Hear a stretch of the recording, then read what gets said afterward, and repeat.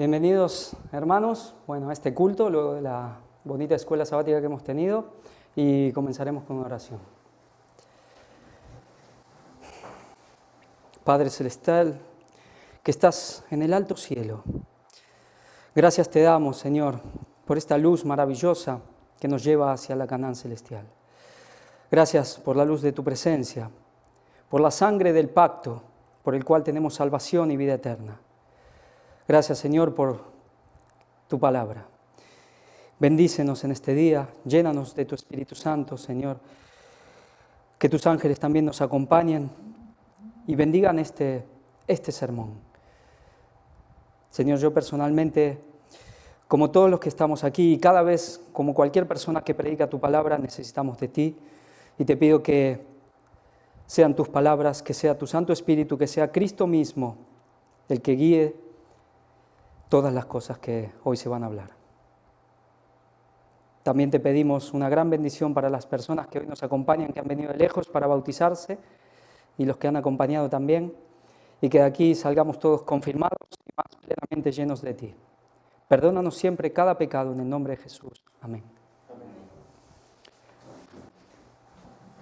Bueno, aquí seguimos con la tónica del último sermón, que estuvimos comentando esos 6 meses y que después ha derivado en hablar un poco de profundizar sobre el pacto y un poco los dos pactos. A veces que tanta confusión puede traernos. Ángel en el culto del sábado pasado había terminado con una diapositiva, el fondo era la misma que esta, ya como una preparación también para lo que hoy se va a hablar. Una continuación, bueno, él decía que nos entrecruzamos con Ángel, venimos un poco así como el ADN, y como que también nos necesitamos el uno al otro para lo que presentamos. Pero obviamente todos los que seguimos este ministerio, realmente nada aquí desentona. Aquí vemos, unos símbolos, y el título es ya muy directo, 2031 es el nuevo pacto. Pensé en decir, quizás no poner el 2031 para que nadie de entrada ya el prejuicio lo rebote, pero luego cambié de opinión, porque la otra vez, por ejemplo, recibí un comentario de alguien que me dijo, de un sermón ya de hace varios meses, lo estaba viendo, pero ya cuando dijiste lo de 2031 no lo vi más, y mira, ya hay con gente que no hay caso, en cuanto ya lo escuchen ya lo dejarán de ver, entonces prefiero directamente ponerlo, y uno diría, ¿cómo el 2031? Aquí vemos el arco iris, vemos sangre y vemos el cáliz. ¿Tiene algo que ver con el nuevo pacto? Muchos dirán, sí, la sangre. El cáliz, ¿qué dijo Jesús? Este es el nuevo pacto. Pero hoy no tocaremos el tema del cáliz. Si Dios quiere, ya lo haremos. Hay seguramente mucho más ahí de lo que la mayoría comprendemos o conocemos. ¿Y el arco iris? El arco iris es quizás la señal natural más hermosa, puede ser, que Dios nos haya dejado. Y que hay una promesa, hay recuerdos, pero espero y creo que seguramente, si ya cuando vemos el arco iris, ya con ojos puramente naturales, es algo hermoso. Yo no conozco a nadie que no le gusten los arcoíris, nadie que diga, yo odio los arcoíris. No sé si alguien existirá, este mundo da para todo. Si hay alguien así, la verdad espero no conocerlo. Pero yo espero que ya con lo que sabemos, en general la mayoría, ya miramos de una forma todavía más hermosa el arco iris, y espero que después de aquí sea mayor todavía. Y vamos a ver un poco todo lo que hay. Vamos a seguir viendo el tema del pacto, porque es un poco como el hueso de la cuestión, ¿no? Vamos a hacer un pequeño recuerdo de lo que estuvimos viendo la otra vez, especialmente con los dos pactos. ¿Qué pasaba? Comentábamos que en general la mayoría, inclusive adventista, podíamos haber creído, y quizás erróneamente, como el viejo pacto, el antiguo pacto, el pacto sinaítico, por así decir, el que se le llama, consiste en el santuario. Es el santuario, es todo eso, la ley ceremonial y eso, y ahora estamos en el nuevo pacto, eso ya fue. Pero veíamos que no era así. Que sí, como decía Carta a los Hebreos en el capítulo 9, que el antiguo pacto también tenía un santuario. ¿Nosotros tenemos un santuario? Sí, pero en el cielo. Pero que Ellen White nos dejaba muy claro los términos del antiguo pacto, del primer pacto, del viejo pacto, eran obedece y vivirás. Y el nuevo pacto estaba basado en el perdón de los pecados, en la gracia, en la fe por la cual Dios nos pone en armonía con la ley. Siempre la ley es la base del pacto. Pero que en realidad hay un pacto. Y vamos a ver desde dónde viene, ya muchos tenemos idea, pero veremos algunas citas que realmente son muy, muy maravillosas. Y recordar por qué esa distinción de viejo pacto y nuevo pacto. Recordemos que en realidad no era la intención de Dios hacer ese pacto de obedece y vivirás. Para el hombre hoy es imposible. Eso tenía una especie de correlación y paralelismo con el pacto edénico, si se quiere, ¿no? Que se dio a Adán y Eva, que era obedece y vivirás, pero ellos tenían la capacidad de hacerlo.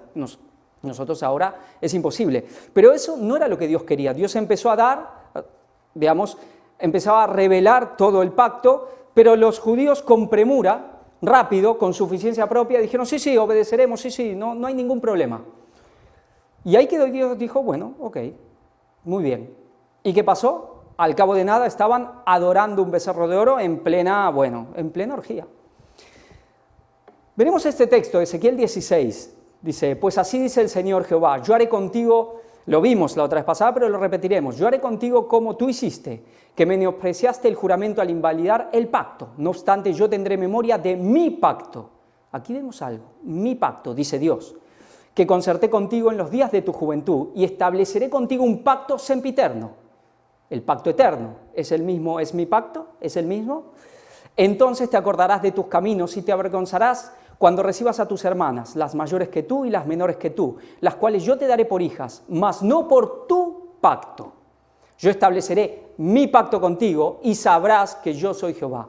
Aquí vemos que Dios dice mi pacto, que es el que siempre Dios quiere dar y establecer con el hombre. Esa relación de pacto con Dios es en su pacto, pero dice, pero no por tu pacto. Ahí tenemos esta distinción, el pacto de Dios y mi pacto o nuestro pacto. ¿En qué significa mi pacto? Ángel también ya estuvo hablando en la última. Bueno, mira, es como decir, yo pongo las condiciones. Sí, yo voy a ir al cielo, a esa Canaán celestial que tú tienes, a esa Nueva Jerusalén, pero yo digo cómo voy a ir. Yo voy a escoger el camino, yo digo las condiciones, ¿no? Y es como, ¿te parece bien? ¿No? Un poco una cosa muy arrogante del hombre, pero qué fácil es que nosotros caigamos en eso. Entonces, ¿qué pasaba? Como iglesia y como individuos podemos estar en el viejo pacto. No es que, ya terminó en la cruz y ahora... No. Podemos estar, es esa relación que tenemos con Dios. ¿Qué hicieron los judíos? Dijeron sí, pero después querían ir a la Canaán, ¿cómo? Adorando un becerro de oro. ¿Acaso no decían Jehová, Jehová? Estos son los dioses que te sacaron de Egipto, decían. Entonces, está el pacto de Dios, donde Él pone las condiciones, donde Él se hace cargo de todos. Él pagó la deuda, Él paga todo. Nosotros solo podemos decir sí o no. Pero después podemos caer en ese engaño y querer hacerlo a nuestra manera. Y ahí ya estamos cayendo en el viejo pacto. ¿Qué tenemos aquí? Quizás algunos reconozcan, esta es una pintura, de James White, de los primeros tiempos del adventismo, y vemos un poco todo el plan de salvación. Vemos la salida cuando son expulsados del Edén, vemos la muerte de Abel, los sacrificios, ya vemos ahí la última cena, bautismo, atrás vemos la Nueva Jerusalén, y vemos la ley y la cruz. ¿Cuál está en el centro? ¿Cuál es el principal? La ley que viene de un árbol de la vida, pero ¿no es la cruz el árbol de la vida? ¿Cuál es el detalle principal, el centro de este cuadro?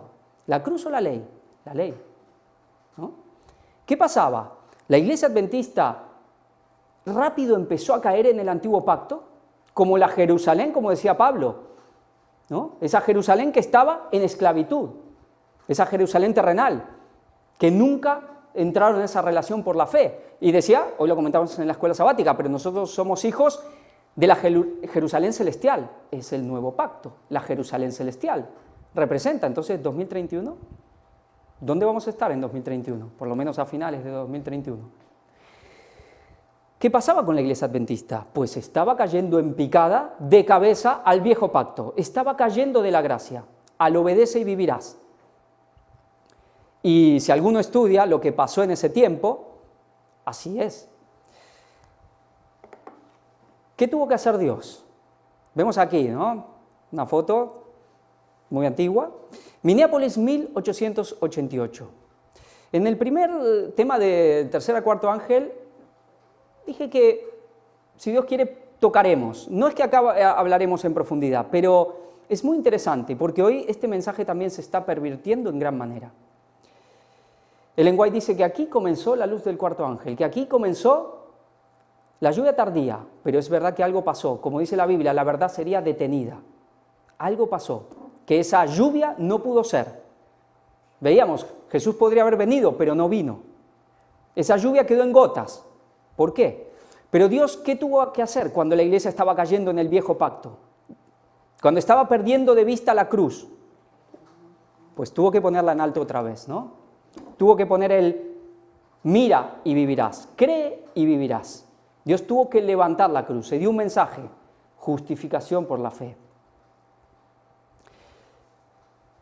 Ese mensaje es verdad que los hombres más prominentes resistieron, pero no es cierto, como dicen algunos, no, la iglesia ahí ya apostató y ahí ya fue Babilonia y nunca se aceptó. Eso es que no tiene ningún sentido. Cualquier persona que toma un libro de doctrinas adventistas, inclusive bastante antiguo, ve que la justificación por la fe, tal como tiene que estar, está ahí como una doctrina adventista, pero hubo mucha resistencia y por eso esa lluvia tardía fue detenida. Y por eso ese comienzo de la lluvia se dio, pero mucho más adelante. Esa generación, ninguno la vivió.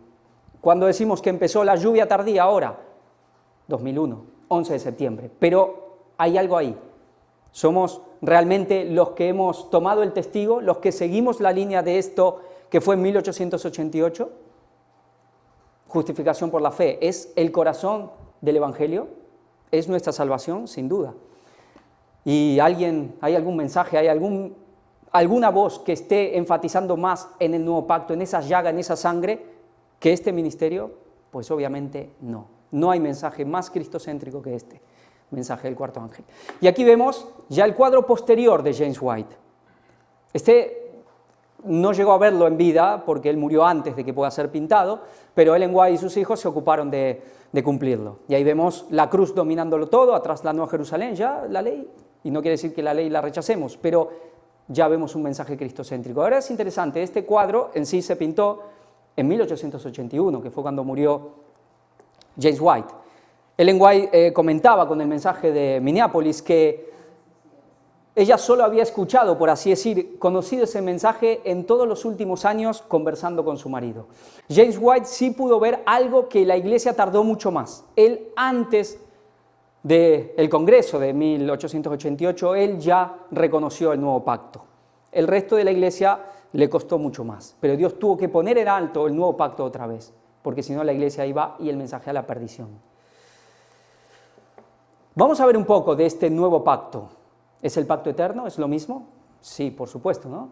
Dice, Cristo no estaba solo al consumar el gran sacrificio, este era el cumplimiento del pacto convenido entre él y su Padre desde antes de la fundación del mundo. Se habían estrechado la mano, es muy interesante, ¿no? Se habían estrechado la mano, dice, al pronunciar la solemne promesa de que Cristo llegaría a ser el fiador de la raza humana si ésta era vencida por las sofisterías de Satanás. Claro que sabían que así iba a ser.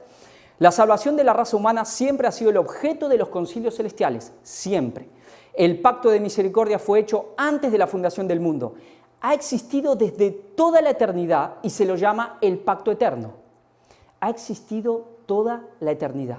Tan cierto como que nunca hubo un momento en que Dios no existiese, así de seguro nunca hubo un momento en que manifestar su gracia a la humanidad no fuese la delicia de la mente eterna. Esto es muy interesante porque esa cruz, ese sacrificio de Cristo que, digamos, divide en dos la eternidad, fue algo que estuvo en el centro de la mente, del corazón de Dios toda la eternidad. No es algo que, bueno, en un momento Dios se le ocurre crear y, bueno, ve que iba a tener que haber un plan de salvación, que Cristo iba a tener que morir en la cruz. Toda la eternidad de Dios, eso estuvo en el centro de su ser. Realmente es maravilloso, ¿eh? ¿Y qué nos dice Ellen White? Cuanto más consideramos este tema, más profundo lo hallamos. Cuanto más lo consideramos. Y hay aún y aún hay profundidades que no podemos alcanzar al estudiar la gloria del Redentor. ¿Dónde está la gloria del Redentor? Ahí, en ese momento. Los ángeles mismos desean mirar dentro de este tema misterioso y maravilloso la redención de la raza humana. Eso ha estado siempre en el centro de la mente de Dios. Aunque este pacto fue hecho con Adán y más tarde se le renovó a Abraham, no pudo ratificarse sino hasta la muerte de Cristo. Esto ya lo veíamos, pero lo veremos, digamos, con claridad todo este proceso también. Existió en virtud de la promesa de Dios desde que se indicó por primera vez la posibilidad de redención. Fue aceptado por fe. No obstante, cuando Cristo lo ratificó, fue llamado el pacto nuevo. Es el pacto eterno, que tiene que ser aceptado por fe. Aquí no vale el obedece y vivirás. Esto ya para nosotros ya no cuenta. Eso es una consecuencia de haber aceptado el nuevo pacto, la obediencia. La ley de Dios fue la base de este pacto, que era sencillamente un arreglo para restituir al hombre a la armonía con la voluntad divina, para colocarlo en la condición de poder obedecer la ley de Dios. Entonces vemos el proceso. Nos hablaba de que Cristo lo ratificó. ¿En qué momento lo ratificó? ¿Cuándo fue la ratificación del pacto? Pues cuando esa primer gota de sangre toca el propiciatorio, ahí fue la ratificación del pacto. De ese pacto eterno, de eso que ha estado en la mente de Dios, de eso donde está la gloria del Redentor. ¿Que no vale nada lo de Ron Wyatt? ¿Y seguirán diciendo esas cosas?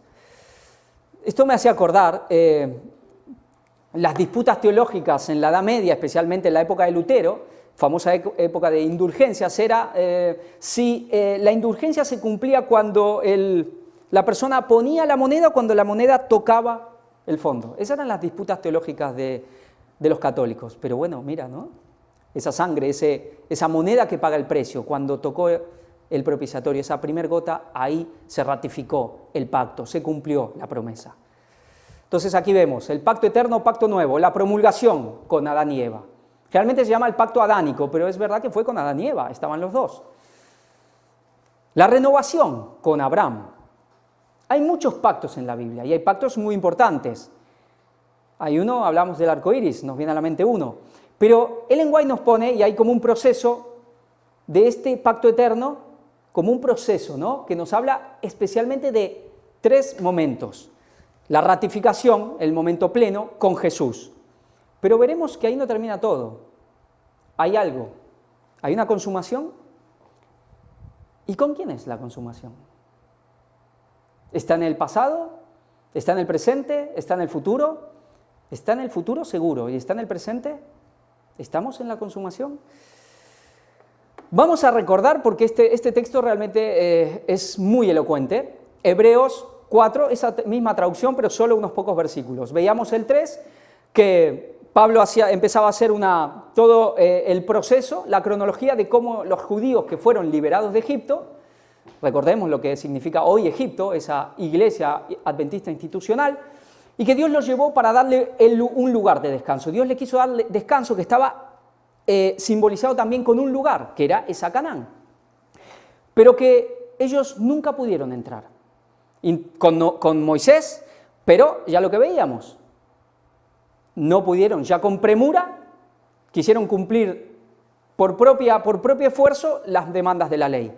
Después quiso darlo con Josué, tampoco se pudo. Por eso Josué, ¿qué les dice? Vosotros hacéis lo que quieras, yo y mi casa seguiremos a Jehová. Ya veía lo que había Josué y sabía lo que iba a pasar, ya veía el corazón de ese pueblo. Luego trata con David, pero tampoco se puede. Y por eso se llega al nuevo pacto con Cristo. Pero también se intentó después del cautiverio babilónico y nunca Dios pudo hacer que ellos entren a ese descanso, a ese pacto que tenía que ver con un lugar también. Aunque estaban en ese lugar, pero no entraron en el descanso. Y entonces Pablo dice, por eso, mientras siga en pie la promesa de descansar o reposar con Dios, debemos tener cuidado. Sería una lástima que alguno de ustedes no pudiera recibir de Dios ese descanso. Aquí hace en referencia al nuevo pacto. Porque nosotros oímos la buena noticia. La buena noticia es el nuevo pacto, pacto eterno. Igual que aquellos israelitas que salieron de Egipto. ¿Se les dio? Sí. ¿En el santuario estaba el pacto eterno? Por supuesto. Y la ley y todo el sistema ceremonial. Solo que a aquellos no les sirvió de nada oírla porque no creyeron en el mensaje, porque no tuvieron fe. Porque en alguna parte de la Biblia se habla así del día sábado, nuevo pacto y sábado. Veíamos eso, ¿no? En el séptimo día Dios descansó de todo su trabajo. ¿El sábado es el pacto eterno? Pero todavía esperamos el día en que nosotros, el pueblo de Dios, recibiremos el descanso que Dios nos ha prometido. ¿Y cuál es ese descanso? La Canaán celestial, el séptimo milenio, el sábado. Pablo mismo está hablando que el sábado representa el séptimo milenio. Que dicen que no, eso de los 6.000 años, esto se lo han inventado ahora. Pero por favor, ¿no? Pero todavía, bueno, eso... pero todavía esperamos el día en que nosotros, el pueblo de Dios, recibiremos el descanso que Dios nos ha prometido. En ese día el pueblo de Dios descansará, reposará por fin de todo su trabajo, así como Dios descansó del suyo. Relación claramente del séptimo día con el séptimo milenio, segunda venida de Cristo, a los 6.000 años. Por eso, hagamos todo lo posible por obedecer a Dios, para que en ese día recibamos su descanso. No sigamos el ejemplo de los que no creyeron la buena noticia. Nuevo pacto, sábado, el reposo y la Canaán celestial, aquel milenio. 2031 es el nuevo pacto, por supuesto, ya no lo puse en signo de pregunta, sino con exclamación. Vamos a leer algo muy interesante, unas partes. Aquí es el libro del Santuario y su servicio de Andreasen. Este es un escritor que terminó con polémica, se ha presentado, Víctor ha hablado de él en el tema justamente de la naturaleza de Cristo. Pero en esta parte este libro realmente es muy recomendable, da mucho conocimiento sobre todo el servicio del santuario. Y leemos en el capítulo 17 el sábado, y vamos a ver un poco, profundizar un poco sobre el sábado, porque este es nuestro mensaje también, este es el conflicto, esta es la prueba para el mundo, el sábado. Si una persona, dice, que no hubiese conocido antes los 10 mandamientos, se encontrase repentinamente cara a cara con ellos, se sorprendería inmediatamente de su carácter razonable y buen sentido. Es verdad, ¿no? Al leer el mandamiento, no hurtarás, convendría en que era un buen mandamiento. ¿En qué es? Y es un buen mandamiento. Lo mismo pensaría de los demás mandamientos, no matarás y no cometerás adulterio. Observaría indudablemente que la mayoría de las naciones tienen leyes similares y las ha encontrado necesarias y buenas. Y esto es verdad, especialmente al origen. Después es verdad que estas naciones a veces se han ido corrompiendo y han negado las mismas leyes que tenían en origen, que estaban basadas en la ley de Dios. Pero muchas de ellas no conocían la revelación. No podría hallar defecto en la ley de Dios. Sin embargo, una cosa podría dejarlo perplejo. ¿Por qué debe considerarse santo el séptimo día? Podría haber la razón de los otros mandamientos, pero el mandamiento del sábado le parecería arbitrario. ¿Es verdad? Los otros mandamientos son razonables, pensaría él, pero el mandamiento del sábado es de índole diferente, es diferente a los otros 9. No se basa en la naturaleza o las relaciones humanas, sino que es un decreto arbitrario sin razón suficiente para ser obedecido e impuesto. ¿Es verdad lo que dice? ¿Es un decreto arbitrario, a diferencia de los otros 9? Pues veremos que en parte es así. Acá veíamos, hablaba de los mandamientos, especialmente no hurtar, no matar, no adulterar, pero yo pregunto, ¿y los otros mandamientos de la ley, de la primera ley con respecto a Dios, no podría llegar el hombre también a considerarlos como algo lógico? Esto es una cita que yo presenté en el primer culto, ¿no? De la existencia de Dios, obviamente, pero es muy, lo que dice acá, ¿quién lo podría negar? Dice, la creencia en Dios es inherente al hombre. Nadie puede, sin violentar su naturaleza, negar a Dios, porque la intuición de su existencia forma parte de nuestra constitución natural. Dios puso eternidad en nosotros. Hay que esforzarse mucho para negar a Dios, para ser ateo. Realmente es una lucha continua. Cuando uno ya descansa, cuando uno ya suelta, ya viene la fe. Entonces, ¿qué pasa? Si uno ve el primer mandamiento, es algo natural el de que hay un Dios creador. Entonces, el primer mandamiento también cualquier persona, de no tener otro Dios por delante de él, podría considerarlo muy lógico. El adorar imágenes, pues claro, cualquier persona realmente que concibe que hay una deidad, dice, pero vaya tontería, estupidez, postrarse ante una imagen hecha por el hombre, de madera, de yeso, de lo que sea, aunque sea de oro. Tomar su nombre en vano, lo mismo, pero ¿y el sábado? Seguiremos leyendo. Esta es, dice, la argumentación de un incrédulo, alguien que no creía en el sábado, que habla sobre este tema. Se nota que era cristiano también. Dice, el mandamiento del sábado, lo que dice él, es diferente de los otros. Se distingue por el hecho de no basarse en la naturaleza del hombre como los otros mandamientos. Si un grupo de hombres que nunca hubiese ido a hablar de los 10 mandamientos hubiera de vivir en comunidad, no tardaría en desarrollar una serie de leyes para su propio gobierno. Las naciones paganas y las tribus salvajes que tienen reglas contra el robo, el asesinato y el adulterio, por ejemplo, ¿no? Creo que estos pueblos primitivos elaborarían después de un tiempo un código de leyes en conformidad con el Decálogo, pero que no tienen la revelación, no conocen. Pero no puedo ver cómo habrían de desarrollar jamás una ley del sábado. ¿Es verdad lo que dice? No hay nada en la naturaleza que los habría de guiar en una empresa tal. Esto prueba, creo yo, mi argumento de que la ley del sábado no se funda en la ley natural. No se funda en la naturaleza del hombre como los otros mandamientos, y los hombres sostienen con ese mandamiento una relación diferente de la que tienen con los demás. Es diferente, el sábado es diferente, aunque está ahí, es diferente. Considero que los otros mandamientos están en vigor, pero no el mandamiento del sábado. Él llega a esa conclusión. Como es diferente, es de una índole diferente, pues no veo cómo puede seguir en vigor. Habla de la ley natural. ¿Qué es esto? Ley moral natural. Estas son explicaciones del internet, muy sencillas, cualquiera lo puede buscar. Dice, la ley moral natural presupone la existencia de una naturaleza, en el sentido de una constitución y un orden propios de la realidad tal, que obrar bien significa obrar conforme a ella. Y en primer lugar, conforme a la naturaleza del mismo hombre. Obrar bien es obrar conforme a la naturaleza del hombre. Hay algo de orden moral que está en nosotros. Otra dice, la ley natural expresa el sentido moral original que permite al hombre discernir mediante la razón lo que son el bien y el mal, la verdad y la mentira. Esta me parece que es más clara. ¿Por qué? Porque es verdad, mediante la razón podemos discernir lo que está bien y lo que está mal. Ahora, obrar de acuerdo a ella, al bien, ya es un paso que al hombre ya le cuesta mucho. Le cuesta más todavía que esto. Aquí hay otra que puse, filosofía y educación, para ver de dónde viene, digamos el origen. Dice, se le llama ley natural porque todo ser humano está sujeto a ella. Al final todas las personas, sean de lo que sean, siempre terminan, bueno, esto está bien o esto está mal. Siempre hay un juicio, el juzgar las cosas. Ya que contiene solo los deberes que son derivados de la misma naturaleza humana y porque su esencia puede ser captada por la luz de la razón sin ayuda sobrenatural. ¿Es verdad lo que dice? Pues en parte sí.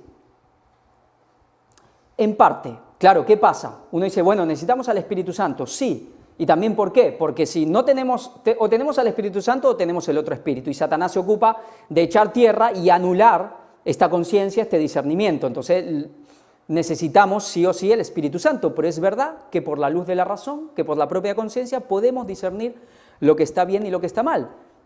¿Y por qué? ¿Qué nos dice Romanos? Porque cuando los gentiles que no tienen ley, ¿no tenían qué? No tienen la revelación. Hacen por naturaleza lo que es de la ley, estos, aunque no tengan ley, son ley para sí mismos, mostrando la obra de la ley escrita en sus corazones, dando testimonio a su conciencia y acusándoles o defendiéndoles sus razonamientos. La ley escrita en sus corazones. Ya sabemos que Dios puso su ley en nuestro interior, en lo más profundo. Pero yo pregunto, ¿los 10 mandamientos? ¿Por qué el número que refiere al juicio es el 9? ¿Están los 10 o hay 9 mandamientos? ¿Cuál es lo que los paganos, los gentiles podían hacer? ¿Qué leyes podían obedecer? ¿Las 10 o las 9? Las 9, el sábado. Vamos a ver lo que dice. Dice, a esto respondimos más o menos como sigue. Sin admitir la verdad de todos sus argumentos, admitamos que el mandamiento del sábado está sobre una base diferente, por supuesto, del resto de los mandamientos y que el hombre sin ayuda de la revelación no podría nunca llegar a creer en el reposo del séptimo día. Que el mandamiento del sábado ocupe un lugar único en la ley de Dios es, creemos, reconocido por la mayor parte de los que han estudiado la cuestión. Y aquí esto lo subrayo, es el único mandamiento que trata del tiempo.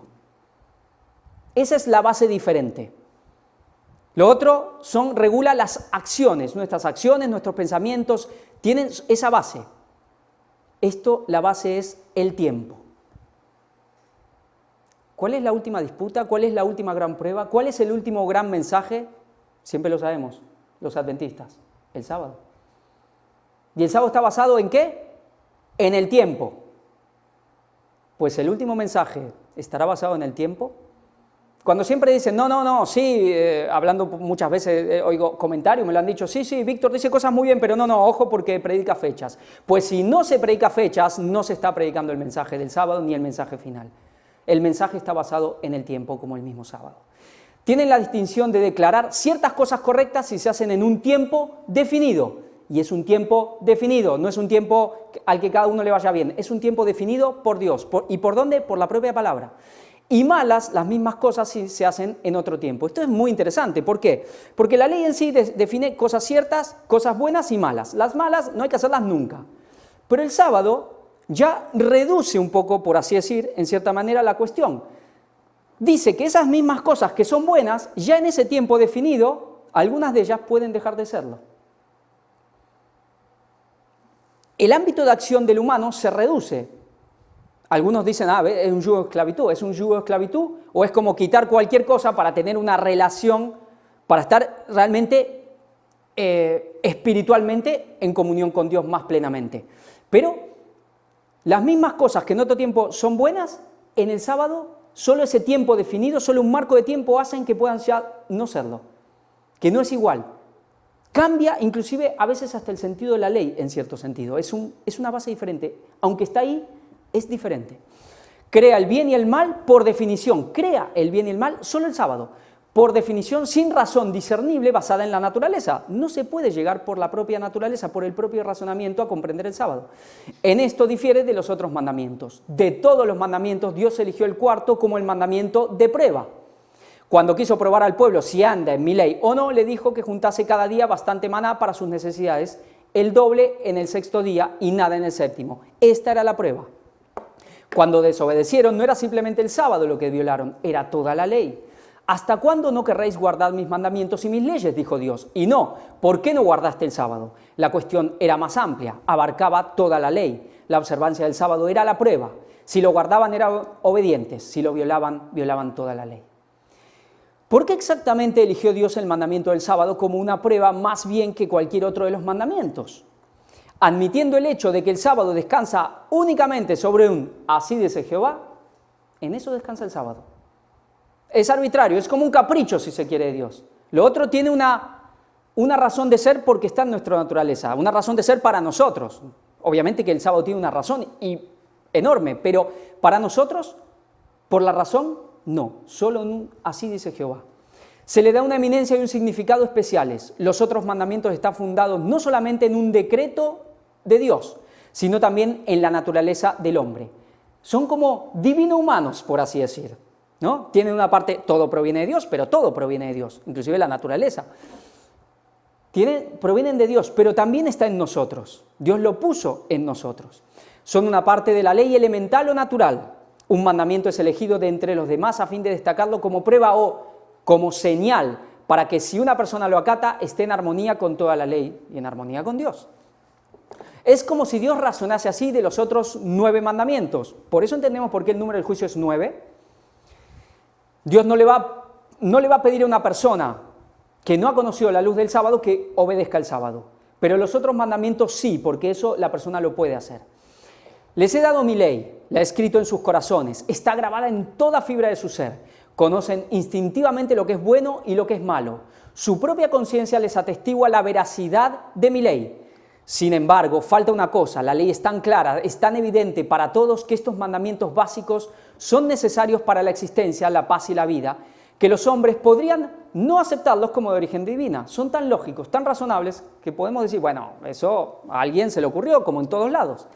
Algunos contendrán que los 9 mandamientos son tan vitales y evidentes que sin ayuda en ninguna dirección divina, el pueblo de por sí habría de poder hacer una ley comparable a la mía. Como Dios diciendo esto, y es verdad, por supuesto. Y podemos decir, bueno, esto se lo inventó Moisés, porque ya inclusive antes ya tenían leyes parecidas. Se jactarán de que con el transcurso de los siglos los hombres han llegado por la experiencia a la conclusión de que no es bueno robar, ni mentir, ni matar, y han desarrollado leyes apropiadas acerca de estos asuntos, y que estas leyes no son de origen divino, sino el resultado del experimento humano y que están definidamente entretejidas con la vida de la especie humana. Es un buen razonamiento. Mostrarán con aplomo las tribus y razas que durante siglos han estado separadas de la civilización y que sin embargo tienen reglas que cubren muchos puntos de la ley. Sostendrán que esta es una prueba de que el hombre, sin ayuda de poder alguno, puede duplicar mi ley. Es decir, si negamos el sábado, la consecuencia que viene después es que podemos negar a Dios claramente. Sostendrán que esta es una prueba de que el hombre, sin ayuda de poder alguno, puede duplicar mi ley. Vale. Asegurarán de que la ley no es de origen divino, que los hombres están simplemente siguiendo una ley que su propia experiencia les enseña que es buena para beneficio de la humanidad.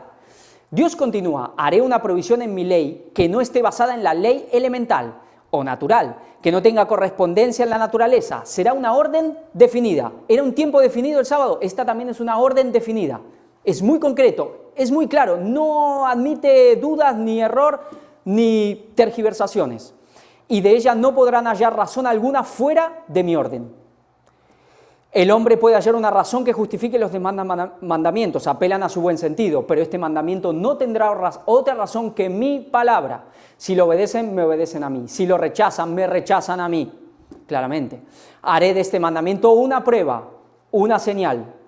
¿Por qué los adventistas siempre hemos creído, siempre se ha creído el adventismo, que la señal, que el sello de Dios es el sábado y que es la última prueba para el mundo?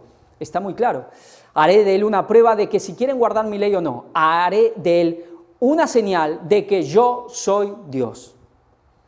Es muy claro. ¿Qué dice Romanos 7:14? Porque sabemos que la ley es espiritual, mas yo soy carnal, vendido al poder del pecado. La ley es espiritual, toda sí. Pero hay 9 mandamientos que en parte también son naturales. ¿Cuál es el punto 100% espiritual de la ley? El sábado. ¿El sábado es el espíritu de la ley? ¿El sábado es el aliento vital de la ley? ¿Es lo que vivifica la ley? Cuando hablamos del espíritu de la ley, ¿dónde especialmente, en qué momento, en qué lugar, en qué momento de mi vida, de mi semana, yo puedo, con honestidad y la ayuda de Dios, ver si yo estoy cayendo en un extremo o el otro? Si yo estoy siendo un fanático o un mundano, especialmente en el sábado. Ellen White decía, y lo dice y claramente, que Jesús es la encarnación de la ley. Y Dios es espíritu, por excelencia Jesús es la encarnación ¿de qué? Si lo otro ya lo tenemos también en nosotros. ¿Qué es lo que faltaba? El sábado. Jesús es la encarnación del sábado. ¿No lo dijo? Venid a mí y yo os haré descansar. ¿No es el nuevo pacto el reposo para el pueblo de Dios? ¿No es la nueva Jerusalén donde está el trono de Dios? Jesús es la encarnación del sábado. Jesús es el sábado. No hay nada más peligroso que una media verdad. Dicen una verdad, pero el peligro y el engaño está en lo que falta. Cuando a veces conocemos, hablamos con testigos de Jehová y citan lo de Hebreos, que dicen, no, ese reposo es Cristo, porque Cristo es nuestro reposo. Es que es cierto. Y a veces nosotros podemos no comprender eso. Cristo es nuestro reposo, Cristo es el sábado. Pero lo que le falta, por lo que le falta, lo terminan negando. Porque le falta el tiempo definido semanal, le falta el 7º mandamiento. Pero Cristo es el sábado, Cristo es el sábado encarnado. El sábado es el espíritu de la ley. Dice, Testimonios para la Iglesia, y el sábado es la señal de obediencia. El que obedece de corazón el 4º mandamiento, obedecerá toda la ley. ¿Está claro? Si yo quiero obedecer el sábado, pues voy a obedecer sí o sí toda la ley. Queda santificado por la obediencia. ¿Cuál? Del sábado. Pregunta, ¿los judíos en la época de Cristo guardaban el sábado? ¿Guardaban el sábado los judíos? A su pacto. ¿Lo guardaban? Vemos si lo guardaban. Entonces algunos de los fariseos decían, ese hombre no procede de Dios, porque no guarda el sábado.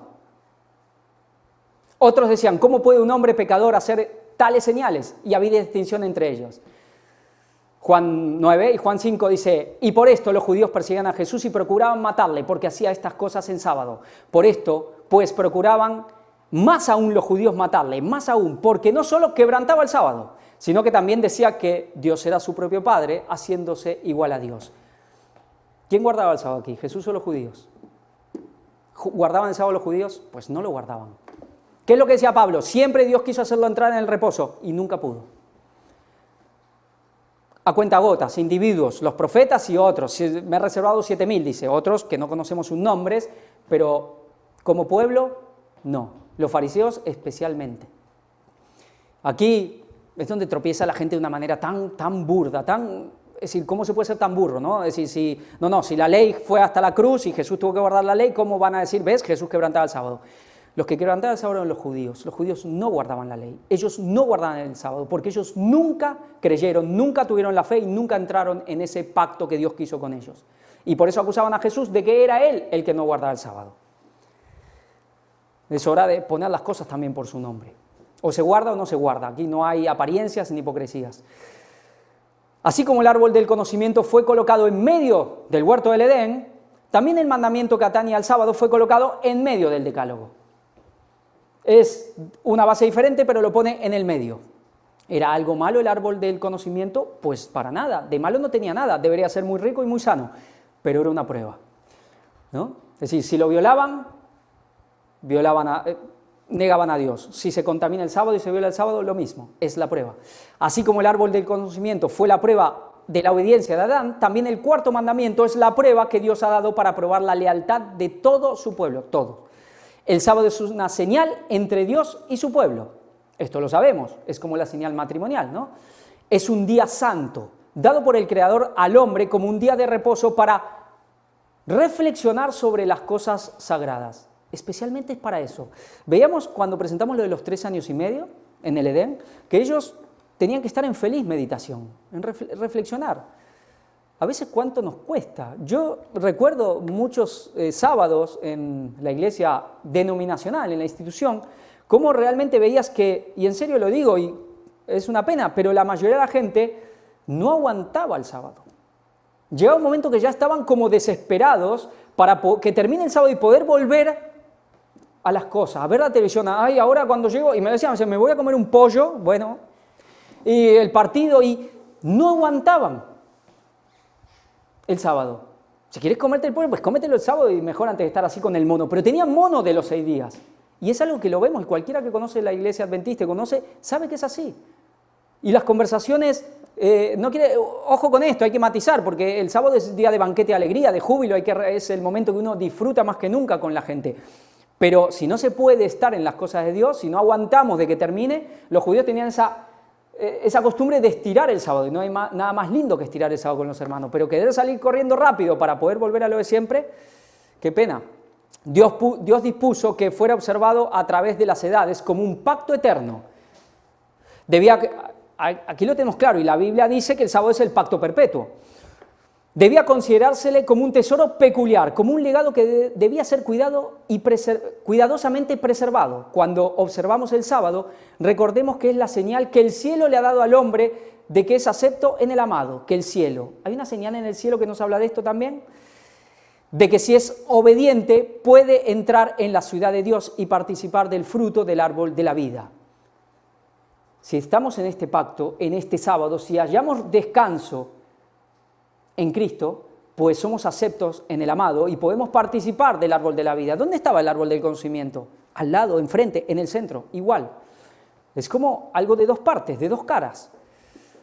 El sábado es el broche que une a Dios y a su pueblo. Es interesante porque yo pensaba antes siempre en la alianza, pero acá el lenguaje habla broche. El broche consta de 2 piezas. Bueno, lo dejo ahí. Pero tenemos que saber encontrar ese descanso. Si no encontramos descanso en el nuevo pacto, en la fe, hay algo que falla. Si no encontramos descanso en el matrimonio, que dice que hallaréis descanso, ¿qué le decía Ruth a sus nueras? Hallaréis descanso con vuestros maridos, en casa de vuestros maridos. Si no hallamos descanso, el sábado con los hermanos, en nuestros matrimonios, con Cristo, pues falla el matrimonio, falla el sábado, falla la iglesia. Bueno, la iglesia a veces puede fallar. Falla el sábado, fallamos nosotros. Y ahí es una situación de alarma. Si en esas cosas no encontramos descanso, especialmente en la fe, en nuestra relación con Cristo, hay algo que es una luz roja, algo hay que cambiar. A nosotros, como a Israel, nos es dado el sábado por pacto perpetuo, para los que reverencian el santo día. No, perdón, ¿estaba acá? Sí. Así como el sábado fue la señal que distinguía a Israel cuando salió de Egipto para entrar en la Canaán terrenal, y nosotros ahora, Dios nos está sacando de Egipto, ya sea de la iglesia o del mundo mismo, para entrar a la Canaán celestial, así también es la señal que ahora distingue al pueblo de Dios cuando sale del mundo para entrar en el reposo celestial. A nosotros como Israel nos es dado el sábado por pacto perpetuo. Para los que reverencian el santo día, el sábado es una señal de que Dios los reconoce como su pueblo escogido. Es una garantía de que cumplirá su pacto en su favor. Cada alma que acepta la señal del gobierno de Dios se coloca bajo el pacto divino y eterno. Se vincula con la cadena áurea de la obediencia, de la cual cada eslabón es una promesa. De esta cadena, este mensaje, cada eslabón es una promesa también. De los 10 mandamientos, solo el cuarto contiene el sello del gran legislador. Creador del cielo y de la tierra, los que obedecen este mandamiento toman sobre sí su nombre y son suyas todas las bendiciones que entrañan. ¿Está el nombre en el sábado? ¿El nombre de Dios está en el sábado? ¿Cristo es el sábado? Nombre de Dios. Esto recordamos lo que Ángel presentó. Y hablamos del nombre Él, que las letras es el Aleph, Lamed, el Aleph, que es el buey, que quiere decir fuerte, y Lamed, que es como autoridad. Y las letras son 30 más 1, el 31, el número, la gematría es 31. Pero dice, bueno, pero el nombre, a ver, el más conocido es lo que viene del tetragrama que Jehová, Yahweh, que ese se dio con Moisés. Pero ¿qué nos dice aquí? Esta es una página inclusive católica. Dice, Él es el nombre más antiguo posiblemente, y lo es, y designa la divinidad en lengua semítica. La lengua semítica, la lengua más antigua. Se cree que significa ser fuerte, va acompañado con otras palabras como, bueno, el Hay, que es donde viene Elohim. La palabra, en el principio creó Dios, ese Dios es Elohim, pero no es que es una abreviación de Elohim, Elohim proviene de Él. Dicen que Elohim no es un nombre sino un título, pero Él es el nombre más antiguo que se conoce de Dios.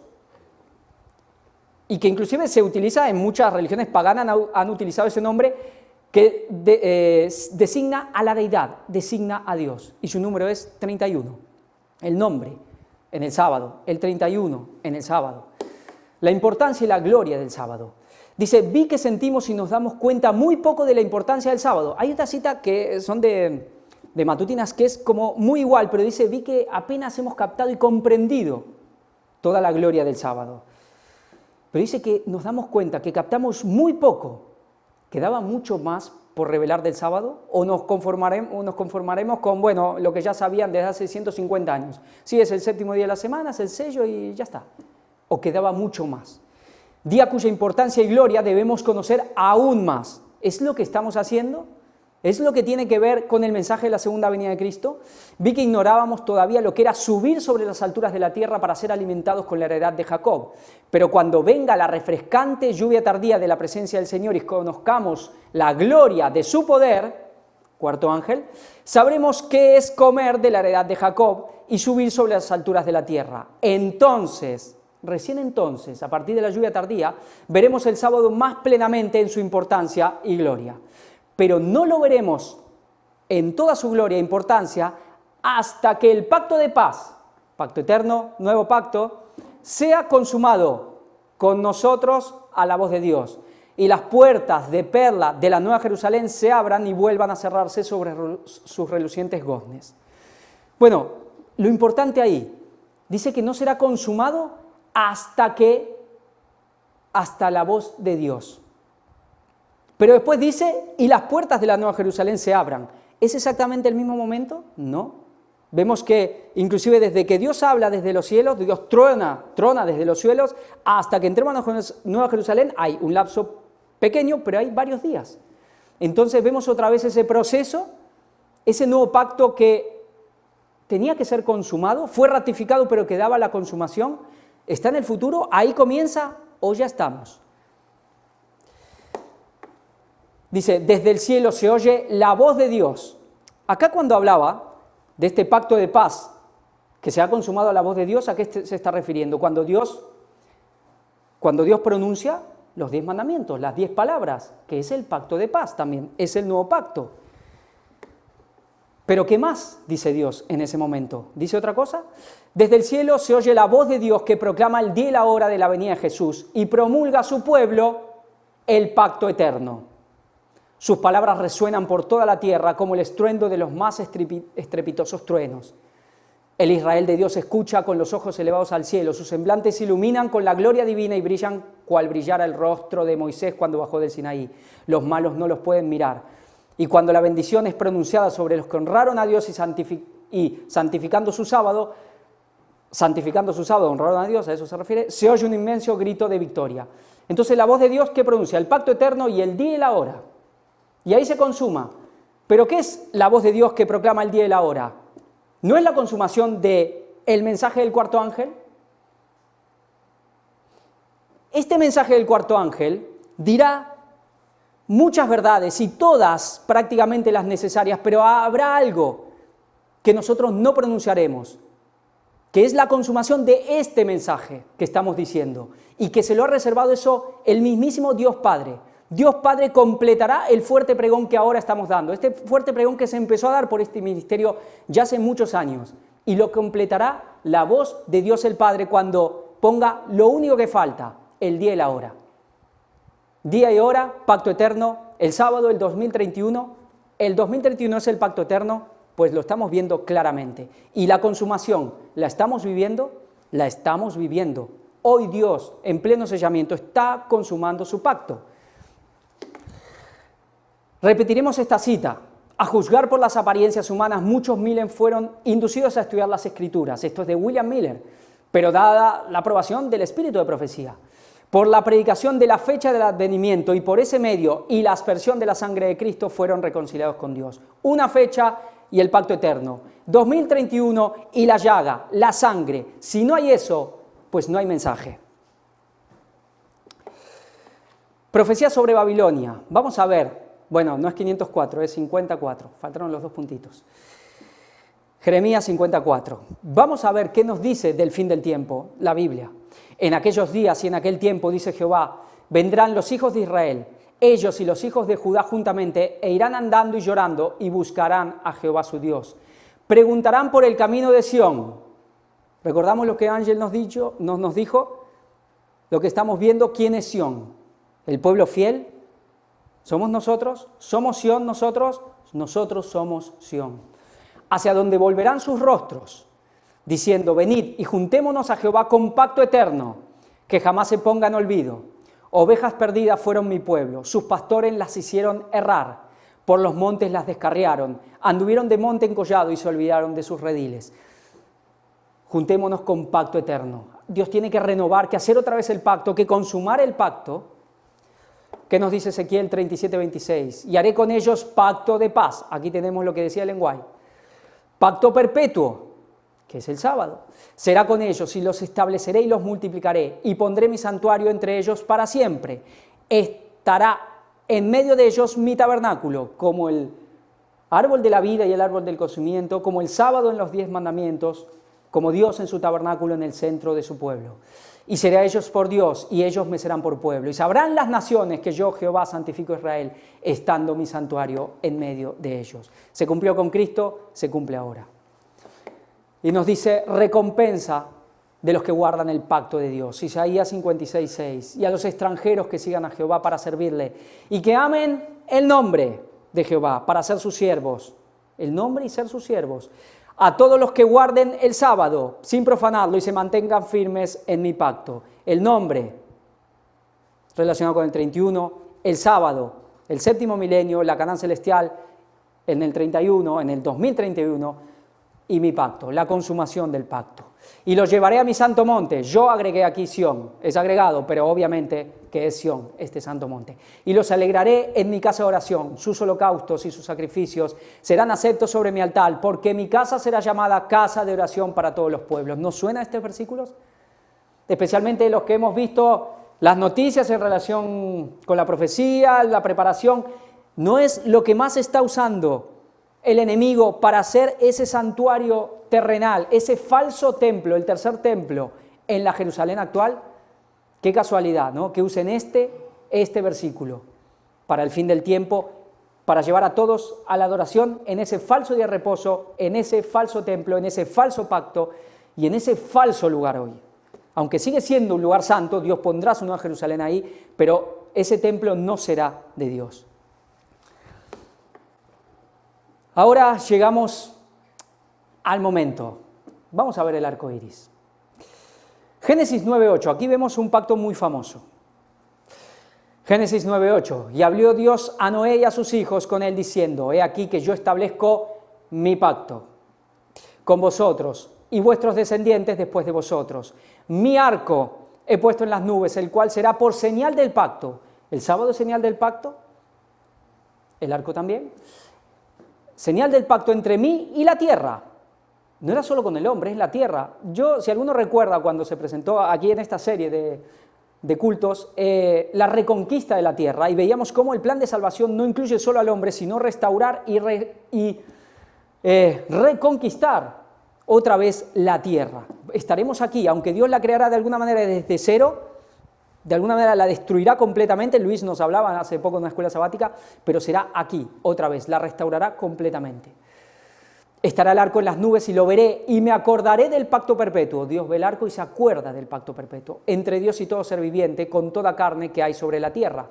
Dijo pues Dios a Noé, esta es la señal del pacto que ha establecido entre mí y toda carne que esté sobre la tierra. Aquí Dios hace un pacto especialmente con Noé.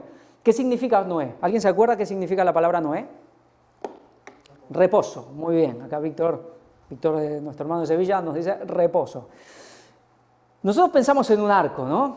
El arco iris, inclusive las imágenes clásicas que se hacen cuando Jesús viene, se presenta con toda la gloria y un arco. Pero un arco me refiero a un semicírculo, como es el arco iris en realidad. Aquí tenemos una foto. ¿Es casi un círculo? Apocalipsis 4:3, y el aspecto del que estaba sentado era semejante a piedra de jaspe y de cornalina, y había alrededor del trono un arco iris. Rodeaba la mitad del trono, una parte, un costado, o rodeaba todo el trono. Semejante en aspecto a la esmeralda.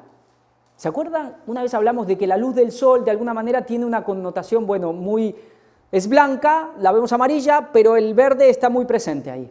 Bueno, el verde azulado, el verde esmeralda. Vi descender del cielo a otro ángel fuerte, envuelto en una nube, con el arco iris sobre su cabeza, y su rostro era como el sol, y sus pies como columnas de fuego. Aquí vemos que alrededor del trono, ¿y alrededor de quién? ¿Quién es este ángel fuerte? Cristo, que viene con un arco iris sobre su cabeza, toda su cabeza. Su rostro era como el sol, sus pies como columnas de fuego. Apocalipsis 10.1, ¿doble cumplimiento Apocalipsis 10.1? ¿O solo se cumplió allá en 1844? Aquí vemos algo que también rodea la cabeza de Cristo. ¿Y por qué rodea la cabeza de Cristo? Y su rostro como el sol. Aquí vemos un arco iris alrededor del sol, completo. Yo he tenido el privilegio de ver 2 arcos alrededor del sol, en el mismo lugar, con diferencia de tiempo obviamente, muy maravilloso, pero esto nunca lo vi. Pero se suele ver. También hay arcoíris lunares alrededor de la luna, que se ven los colores. ¿Esto es Cristo? Una señal del pacto eterno. Vamos a ver un poco el lenguaje, lo que nos habla del arco iris. Y realmente es maravilloso. Para que cada vez que veamos el arco iris sea mucho más profundo, realmente, inclusive haya una emoción, un sentimiento muy fuerte en nosotros, ¿no? Hace algún tiempo fuimos favorecidos con la contemplación del arco iris más hermoso que hayamos visto. Ella lo describe un poco, pero bueno, para abreviar. Mientras mirábamos este cuadro, el sello y la señal de la promesa, es señal de promesa, hecha por Dios al hombre de que la tempestad de su ira no desolaría nunca más al mundo con las aguas de un diluvio. Vimos que otros ojos que no eran finitos también contemplaban esta escena. Los ángeles se regocijan cuando miran esta preciosa señal del amor de Dios al hombre. El Redentor del mundo la contempla porque fue mediante su intervención como este arco se colocó en los cielos como una señal o pacto de promesa. Señal, sello, pacto. ¿Tiene algo que ver con el pacto? Si el pacto es el sábado y el arco iris tiene algo que ver con el sábado, pues creo que hay algo que es muy claro. ¿Cuántos colores tiene? Dios mismo contempla el arco en las nubes y recuerda su pacto eterno entre él y el hombre. El arco iris representa el amor de Cristo que rodea la tierra, como mismo rodea el trono y su cabeza, y llega hasta las profundidades de los cielos, relacionando a los hombres con Dios y uniendo la tierra con el cielo. Vaya qué hermoso. Es una señal de que el cielo está unido, de que la profundidad de Dios, el corazón de Dios está unido con lo más profundo nuestro, con nuestro corazón. Por este pacto eterno, por la sangre de Cristo. Cuando contemplamos esta hermosa escena, podemos regocijarnos en Dios al tener la seguridad de que Él mismo contempla esa señal de su pacto y de que cuando Él la ve recuerda a los hijos de la tierra a quienes le fue dada. Cuando la ve recuerda, ¿habrá siempre un arco iris en este mundo? Pues seguramente, ¿no? Sus aflicciones, peligros y pruebas no pasan inadvertidos para Él. Podemos regocijarnos en esperanza porque el arco del pacto de Dios está entre nosotros. Él nunca olvidará a sus hijos del cuidado divino. Y esto lo remarqué porque dice, cuán difícil es para la mente del hombre finito apoderarse del amor peculiar y la ternura de Dios. Cuán difícil es para nosotros apoderarnos del amor, de la ternura, de la bondad de Dios. Entonces, Dios lo sabe. Muchas veces nos pasa que a veces podemos reprocharle y a veces dudamos y desconfiamos de si Dios realmente nos ama o está siendo caprichoso o hasta está siendo cínico con nosotros. Pero dice, cuán difícil. Dios también comprende que es difícil para nosotros. Nos tiene paciencia, pero tenemos que intentar no poner en duda esto. Y su incomparable condescendencia cuando dijo, y estará el arco en las nubes, y verlo para acordarme del pacto perpetuo entre Dios y toda alma viviente. El arco en las nubes, este es el arco que está en la tierra, siempre hay un arco iris. Siempre hay un momento de nubes, de sol y de lluvia, siempre hay un arco iris.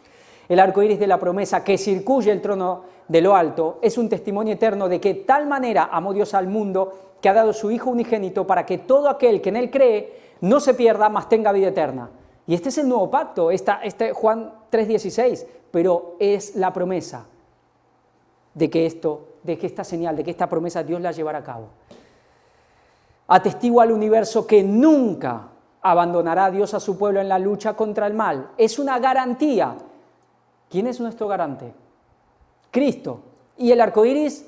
Si Cristo es nuestro reposo, es un nuevo pacto, y el arco iris otra vez es el sello, el garante, el pacto, todo está relacionado.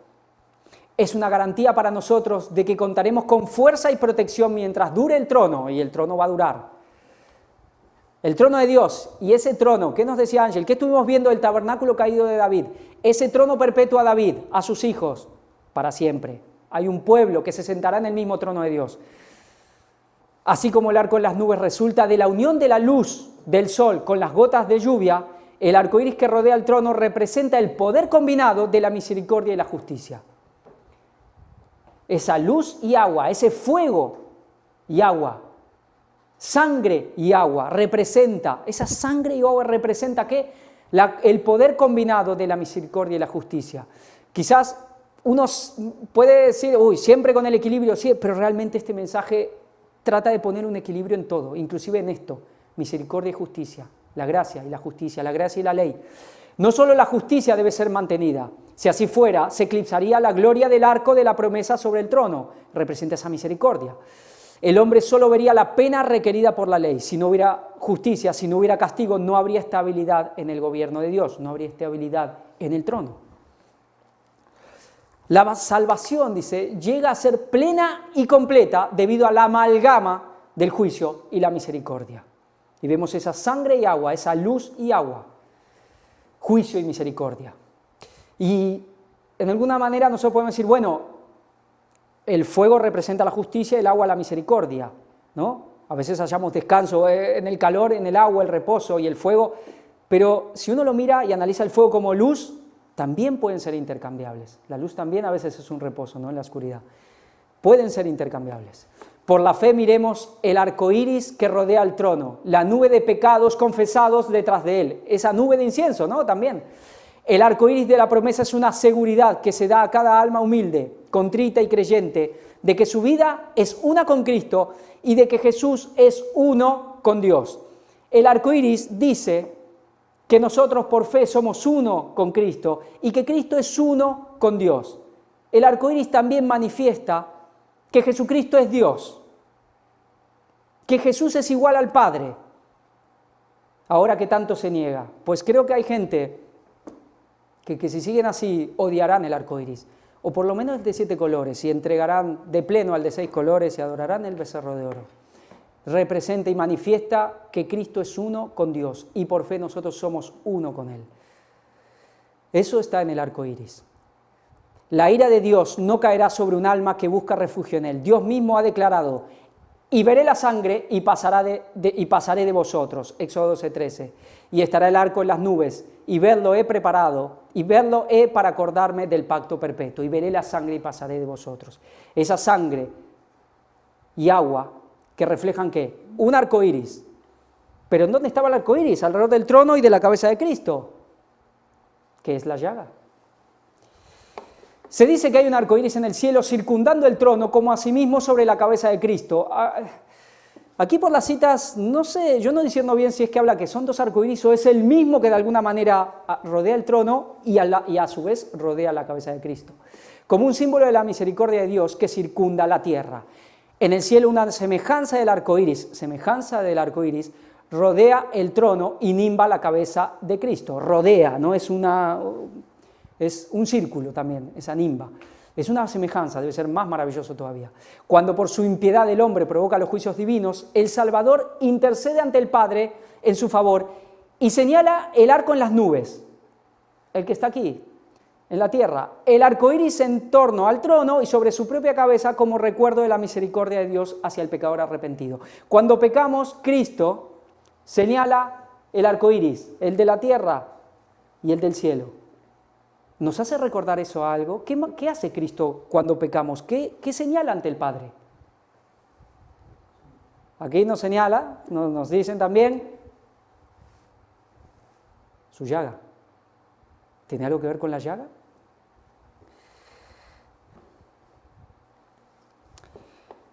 Dentro del arca estaba el vaso de oro con el maná y la florida vara de Aarón, y las tablas de piedra que se plegaban la una sobre la otra como las hojas de un libro.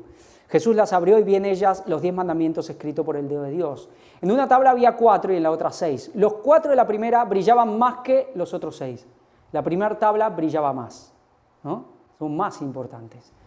Pero el cuarto mandamiento del sábado brillaba más que todos, porque el sábado fue puesto aparte para que se lo guardara en honor del santo nombre de Dios. El santo sábado resplandecía, lo circuía un nimbo de gloria, como en la cabeza de Cristo, como alrededor del trono. El sábado, siempre ese mismo, llegamos a lo mismo, la llaga. El sábado tiene que ver con la llaga, creo que todos ya lo hemos visto, ese paralelismo. Si uno tira el hilo, el sábado llega a la llaga. El resplandor. Métete en la peña, escóndete en el polvo. Esto es a los impíos, de la presencia temible de Jehová y del resplandor de su majestad. ¿Qué dice Dios? ¿Qué dice Pablo en Tesalonicenses? Que serán aniquilados, destruidos ¿con qué? Con el resplandor de su gloria. Con el resplandor. ¿Qué es su gloria? ¿Con el arco iris? ¿Serán destruidos? ¿El arco iris será destrucción para muchos? Dice, y la tierra se contaminó bajo sus moradores porque traspasaron las leyes, falsearon el derecho, quebrantaron el pacto eterno. Y esto es ley dominical. Aquí es ley dominical. Serán destruidos con el resplandor de Dios, el arco iris que simboliza al cuarto mandamiento. Veremos un poco más. La palabra resplandor en Isaías, hay varias, no es la única. Esta no es, hay otra palabra que es mayoritaria cuando uno busca resplandor en la Biblia. Pero esta palabra que usaba Isaías capítulo 2 viene de Hadar, magnificencia, ornamento, esplendor, alabanza, esplendor, frondoso, gloria, hermoso, hermosura, honor, honra, magnificencia, majestad, resplandor. Y nos lleva, bueno, ahí tenemos Jodaram, Jadá, Yadá, que también viene Judá, y nos lleva ¿a dónde? H3027, que es la llaga. Pero veremos Ezequiel, ya hemos visto mucho ahora con Ángel Ezequiel. Esta es la palabra que mayormente se utiliza para resplandor. ¿Y qué nos dice? Es otra. Como parece el arco iris que está en las nubes el día que llueve, así será el parecer del resplandor alrededor. Esta fue la visión de la semejanza de la gloria de Jehová. Y cuando yo la vi me postré sobre mi rostro y oí la voz de uno que hablaba. Este arco iris es el resplandor de la gloria, es la gloria de Jehová. Alrededor de su cabeza, alrededor del trono, alrededor del sábado, alrededor de la sangre de la llaga. ¿Dónde está la gloria de Dios? El ángel con el librito, Apocalipsis 10:1. ¿Ahora entendemos? ¿Doble cumplimiento? Si Dios quiere ya veremos más de esto. Vi descender del cielo a otro ángel fuerte, envuelto en una nube, con el arco iris sobre su cabeza, y su rostro era como el sol, y sus pies como columnas de fuego.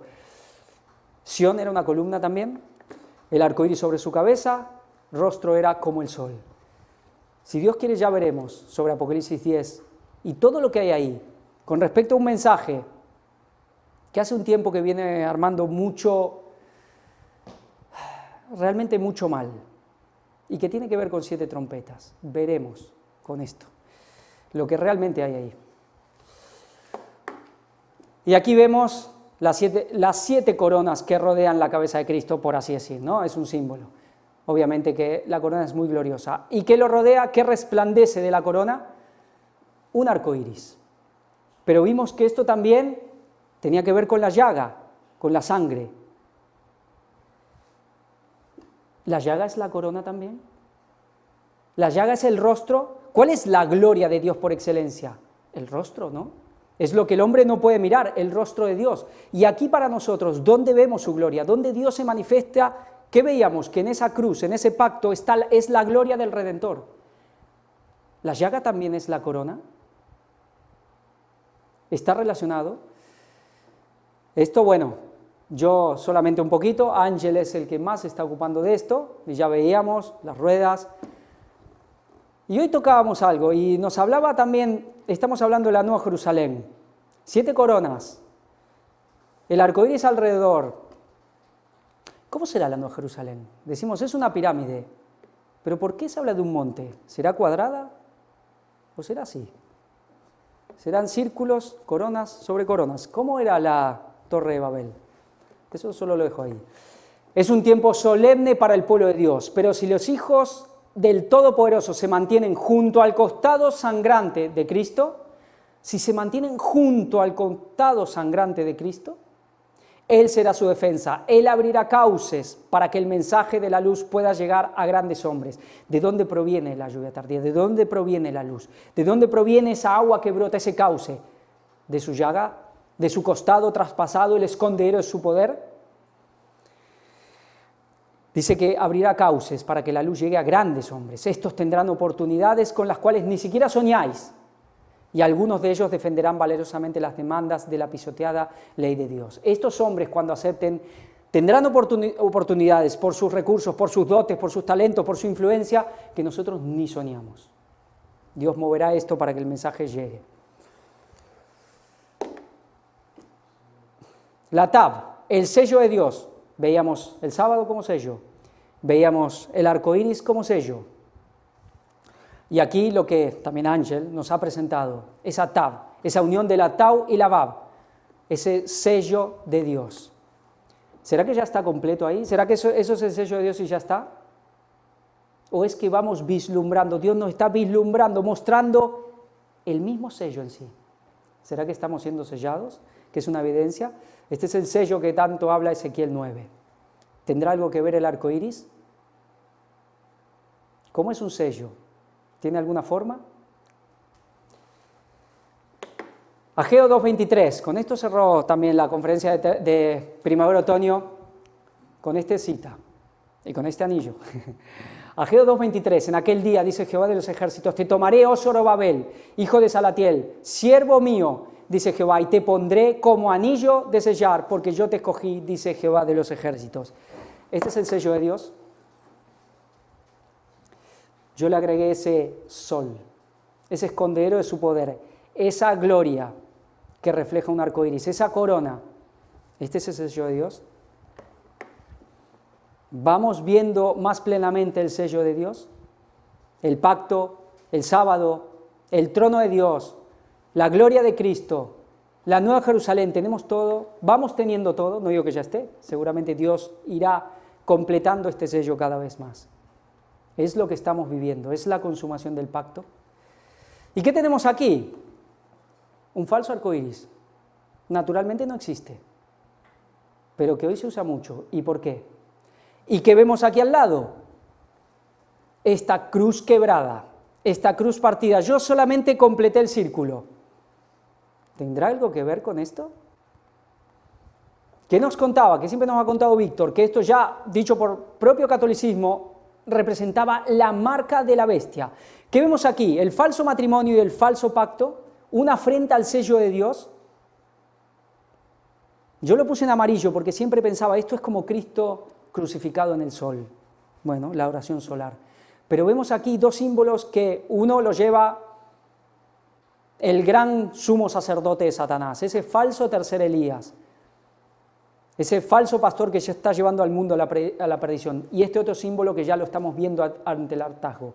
Tenemos aquí una afrenta al sello de Dios, tenemos un falso sello aquí, falso matrimonio, falso pacto, la afrenta a la cruz, al sábado, el falso día de reposo, la falsa Jerusalén, el falso milenio, tenemos todo aquí. Salmo 132, 8. Levántate, oh Jehová, al lugar de tu reposo, tú y el arca de tu poder. ¿Cuál es el lugar del reposo de Dios? Al lugar de tu reposo. Por amor de David, tu siervo, no vuelvas de tu ungido el rostro. La gloria de Dios. Por amor de David, tu siervo, no vuelvas de tu ungido, ¿qué? Su gloria, su llaga, su pacto, su sábado. Si tus hijos guardaren mi pacto y mi testimonio que yo les enseñaré, sus hijos también se sentarán sobre tu trono para siempre. Porque Jehová ha elegido a Sión, la quiso por habitación para sí. ¿Ese es el lugar del reposo de Dios?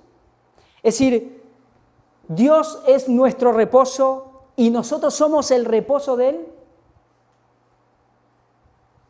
Pues no es así el matrimonio, o no debería ser así.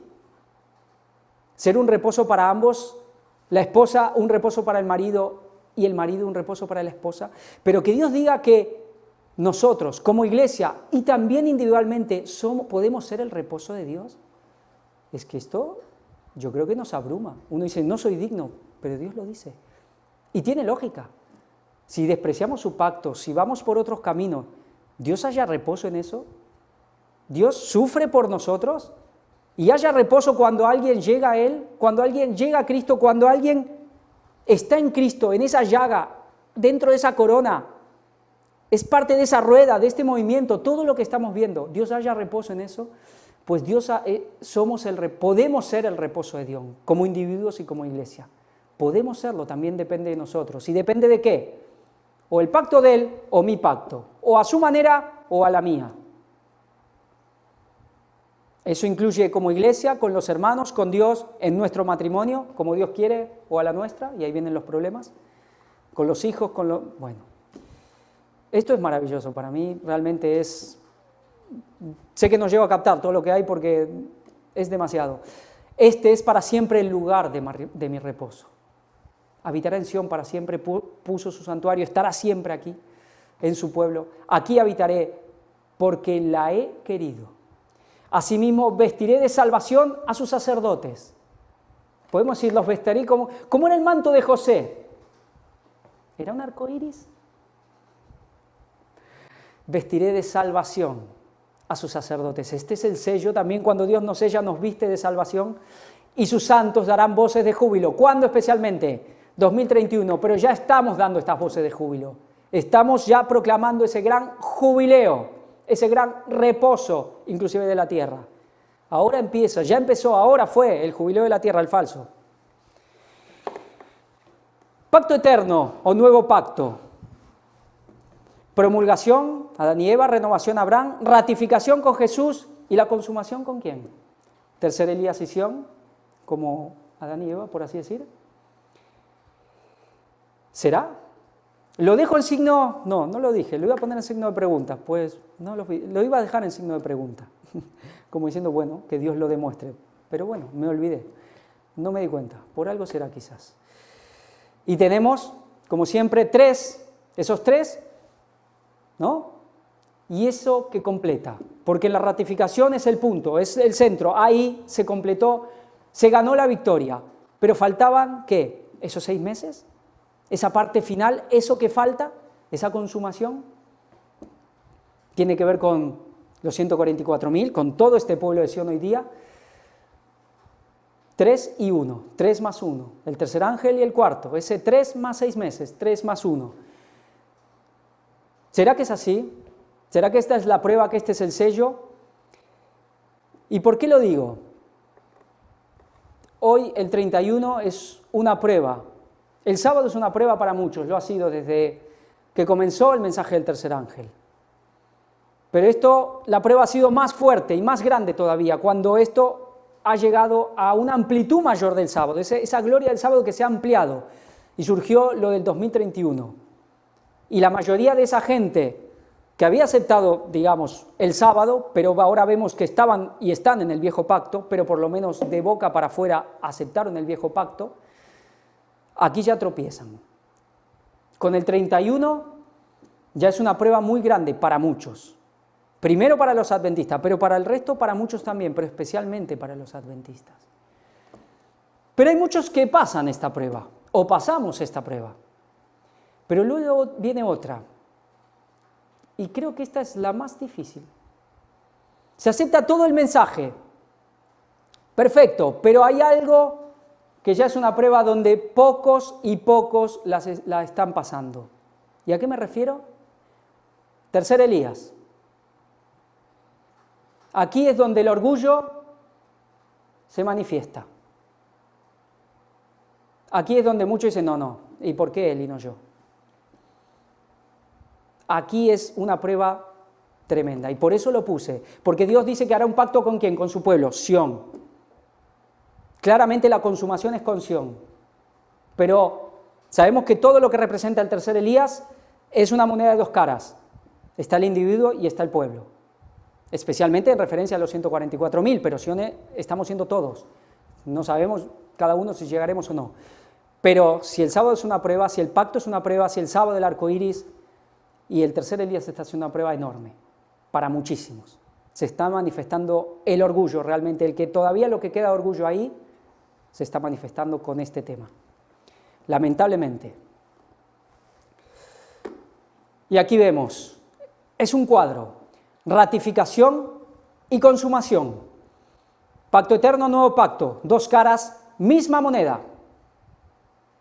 Porque la consumación ya lo vimos, definitiva será con Cristo y en Cristo, cuando aparezca, cuando Él dé el fuerte clamor, cuando, bueno, Dios Padre complete lo que nosotros no llegaremos, complete el mensaje del cuarto ángel dando el fuerte pregón, la fecha completa de la segunda venida de Cristo y proclamando su pacto eterno. Dos caras, misma moneda. Y Jesús sabemos que viene rodeado por un arco iris, pero es circular. ¿Y qué puse abajo? 31, 2031. ¿Están relacionados? ¿Son las dos caras de la misma moneda? Texto, uno de los textos pilares de este ministerio y de este mensaje, Oseas 6:2. Nos dará vida después de 2 días. En el tercer día nos resucitará y viviremos delante de Él. ¿Cuándo nos da vida? ¿Cuándo se ratifica el pacto? Cuando Jesús entró al desierto, ¿no? En la tentación, en el año 27, ¿sí? No. ¿Quién puede negar? Año 31, y esa llaga ahí. Después de 2 días, 31 más 2000, pues ya ni un burro suma 31 más 2000, 2027. Ni un burro, cualquiera suma claramente. Ahí solo hay orgullo, negación, obcecación y rechazo a la segunda venida de Cristo y al pacto. Cuando decíamos que se están cargando y se han cargado los que están predicando ese mensaje, se han cargado la sangre, están pisoteando la sangre, la cruz, pues no nos equivocamos. Es una afrenta al Espíritu Santo, es una afrenta a la cruz de Cristo, es un pecado imperdonable.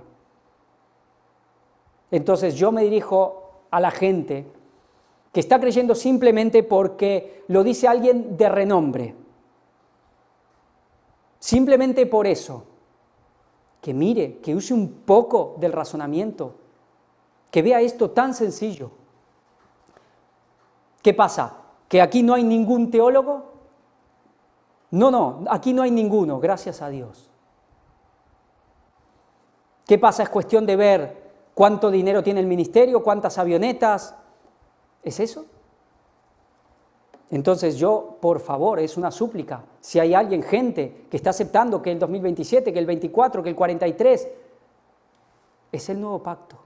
Es la ratificación en la consumación, es el 31 y el 2031. ¿Sí o no? El nuevo pacto, Jeremías 31, 31. ¿De qué más maneras Dios nos lo puede decir? Haré un nuevo pacto. Sí, pondré mis leyes en sus corazones y en sus mentes las escribiré. La gente que está yendo por estos mensajes de falsos pastores que están descarriando y llevando a la perdición, por favor, no sigan a la mayoría, no sigan porque solamente es alguien famoso. Y si hay uno solo, por favor, no sigas a todo ese rebaño que está yendo a la perdición, como las ratas que seguían al flautista de Hamelín. No, mira la lógica, la hermosura, la armonía de este mensaje. Nada falla. Y aquí tenemos, esto no digo que sea lo que hay adentro, sí o sí, esto es lo que implica, son simplemente las cosas que estamos viendo que implican este sello de Dios. 2031, que tiene que ver con qué. Todo está relacionado, el nombre, el sábado, el reposo, el pacto, Cristo, su gloria, su llaga, su sangre, todo está relacionado. 2031, sábado, nuevo pacto, la nueva Jerusalén. Ahí es donde Ellen White dice que ya se consumará definitivamente cuando entremos por las puertas. ¿Cómo son las puertas de la nueva Jerusalén? Dicen que son como perla. ¿Cómo es una perla? Cuadrada, rectangular, redonda. Eso es redonda. Tercer Elías, corona, la corona, Sión. Todo esto tiene que ver. Tenemos que aceptar todas estas cosas para ser sellados. Mensaje a Filadelfia, y otra vez digo, doble cumplimiento, pues ya lo veremos. Ya Fanny ha dicho que esto ya se verá. Esto Dios lo mostrará, ya veremos. Apocalipsis 3:11. He aquí, yo vengo pronto, retén lo que tienes, para que ninguno tome tu corona. Al que venciere yo lo haré columna en el templo de mi Dios, y nunca más saldrá de allí, y escribiré sobre él el nombre de mi Dios, el nombre de la ciudad de mi Dios, la nueva Jerusalén, la cual desciende del cielo de mi Dios, y mi nombre nuevo. Vemos claramente que esto es el sello de Dios. Y que dice que yo te guardaré de la prueba que ha de venir sobre el mundo entero. ¿Y cuál es la prueba? Es esta, es el sábado. Tiene la contracara de lo que veíamos la ley dominical, pero esto está siendo la prueba para el mundo entero. Esto se vuelve a cumplir, este mensaje. Pero si Dios quiere, este ministerio lo pondrá en su marco adecuado, no torcido como también se está predicando. Esta es la diapositiva final. Esto es, bueno, espero que no haya quedado nada en el tintero y si queda ya se dirá. Y creo que es un mensaje en sí maravilloso, hermoso, y espero que cada vez que veamos un arco iris contemplemos hasta dónde llega esa profundidad, ese símbolo. Esto ha estado como el leitmotiv del corazón de Dios toda la eternidad. Esa cruz, ese nuevo pacto. Y Dios está haciendo un pacto con nosotros. Él pone las condiciones, nunca no lo olvidemos, porque Él es el único que sabe y el que da el camino indicado hacia la Nueva Jerusalén. Solo digamos sí y aceptemos lo que nos toca. Pues que sea una bendición y especialmente lo que vamos a vivir esta tarde, porque lo veamos o no, el arco iris se manifestará. Por lo menos el de la cabeza de Cristo se manifestará. Abrazo a todos los hermanos del Cuarto Ángel y a los que no, que miren lo que realmente tiene este mensaje para que sean parte de este Sión y Dios pueda hallar descanso en ellos también. Oraremos.